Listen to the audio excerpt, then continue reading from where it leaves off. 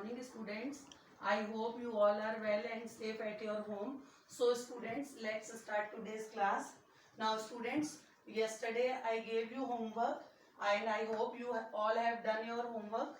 So today I am going to start the word problems of fractions. So worksheet number 8, question number 4.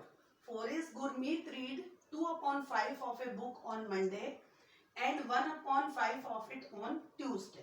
Gurmeet ने एक book है उसका 2/5 part जो है वो मंडे को रीड करा और 1/5 पार्ट जो है वो ट्यूसडे को रीड करा. So what part of the book she read in these 2 days. तो इन 2 दिनों में मंडे एंड ट्यूसडे में उसने कितना पार्ट बुक का रीड कर लिया.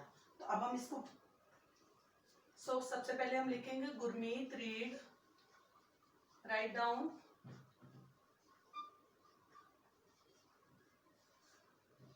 2/5 part of a book on Monday. उसके बाद फिर अगेन वही आ जाएगा Gurmeet read 1/5 part of a book read on Tuesday.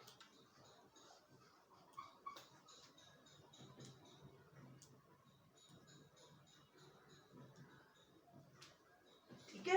अब हम क्या करेंगे यहाँ पर 2/5 प्लस 1/5. तो आंसर क्या आएगा 2 + 1 3. यहाँ पर डिनोमिनेटर सेम है तो डिनोमिनेटर को हम कभी भी ऐड नहीं करते, उसको हम एज इट इज लिखेंगे. तो अब क्या आ गया हमारा, उसने कितना पार्ट पढ़ लिया बुक का 3/5 पोर्शन जो है वो बुक का. What part of the book did she read in these 2 days. तो यहाँ पर हम लिखेंगे she red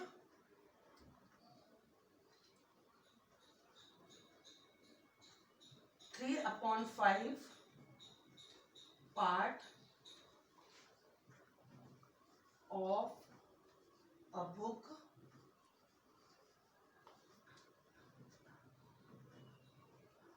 in these 2 days. These 2 days. So students write down. सबसे पहले Gurmeet read 2/5 part of book on Monday. फिर वही Gurmeet read 1/5 part of a book on Tuesday. अब हम इन दोनों को ऐड कर देंगे तो टोटल उसने कितना रीड करा Monday and Tuesday both days में 3/5 part. So right the answer she red 3/5 part of a book in these 2 days. So write down answer number 4.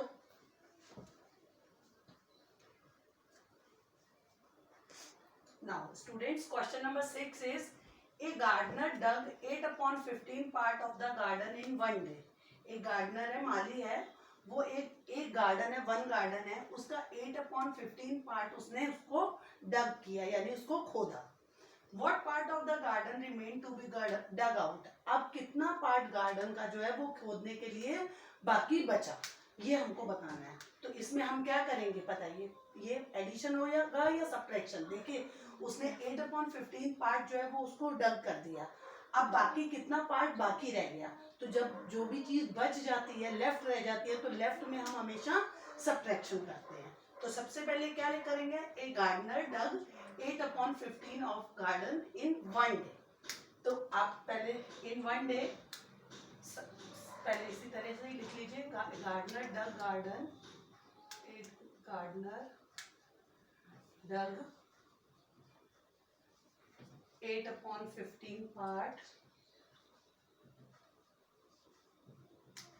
In 1 day. कितना पार्ट उसने 1 day में डग करा 8/15 part. अब what part of the garden remain to be dug out. तो remain part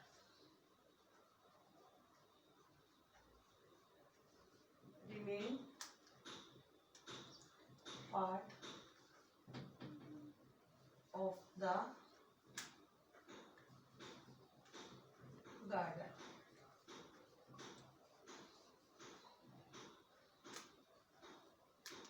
Up to be dug out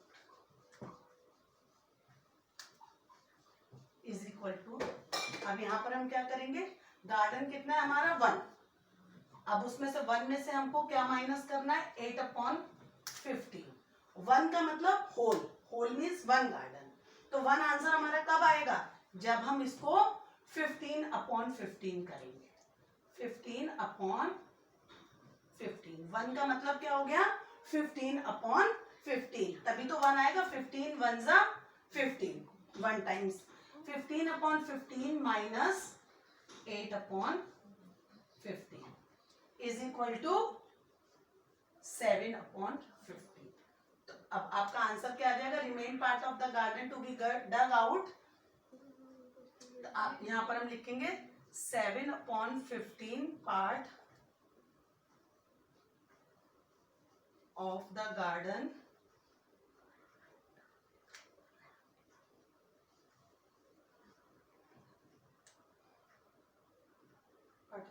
remain to be done. 7/15 part of the garden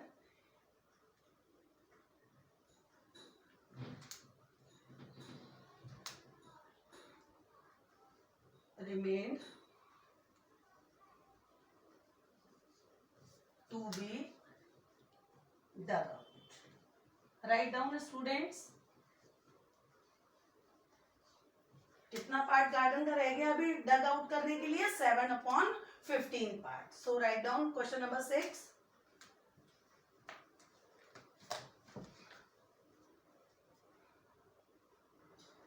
so student write down question number 7। Students question number 5 मैंने आपको नहीं करवाया, वो बिल्कुल as it is question number 4 की तरह ही करना है। So you do in your homework question number 5। So question number 6 and 7 we have done in classwork, and question number 8 is also your homework. So question number 7 is, a woman spends 7/20 part of her income on household. एक women है, एक औरत है, वो अपनी income में से जो भी उसको उनकी इनकम है घर की, उसमें से 7/20 पार्ट जो है वो हाउस होल्ड घर की चीजों में, घर का सामान खरीदने में वो खर्च कर देती है। And 3/20 of it on house rent, और उसमें से 3/20 पार्ट जो है वो अपने घर का किराया देने में खर्च कर देती है। रेंट मीन्स जो हम घर का किराया देते हैं, जो रेंट पे रहते हैं, वो उस रेंट में का जो है वो 3/20 पार्ट जो है वो हाउस रेंट के लिए दे देती है। So what part of her income does she left with, अब उसकी इनकम का कितना पार्ट उसके पास बाकी बचता है, ये बताना है। सबसे पहले जो वो स्पेंड कर रही है उसको हम क्या करेंगे, ऐड करेंगे। हाउस होल्ड पे जो स्पेंड कर रही है और जो हाउस रेंट पर जो स्पेंड किया है, पहले हम उसको प्लस करेंगे। तो आप सबसे पहले क्या हम लिखेंगे, इनकम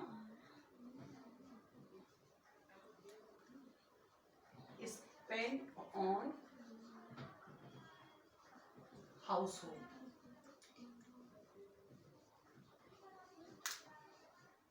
is equal to 7/20। फिर है income spend on house rent. House rent पे कितनी इनकम स्पेंड हो रही है उसकी, 3/20।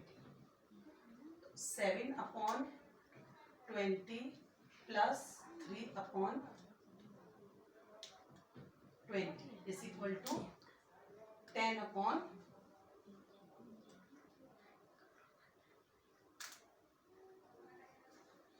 ये उसका जो है खर्चा हो गया, जो वो पैसा खर्च कर रही है, स्पेंड कर रही है। अब वो क्या कह रहे हैं, what part of her income does she left with, अब उसने अपनी इनकम में से 10/20 पार्ट जो है वो स्पेंड कर दिया, तो अब उसके पास बाकी कितना बचा। सपोज उसकी इनकम है 1 रुपी, अब उसने स्पेंड कितना कर दिया, 10/20 पार्ट। अब 1 में से आप 10/20 को माइनस करेंगे तो 1 का मतलब क्या हुआ, 20/20, तभी तो 1 आएगा। 20 1 जा 20 होल हो गया। अब 20/20 minus 10/20 is equal to 10/20।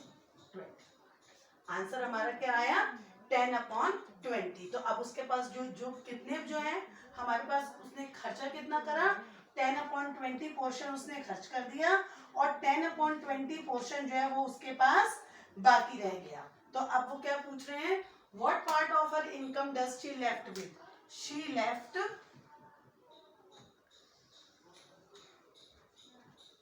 with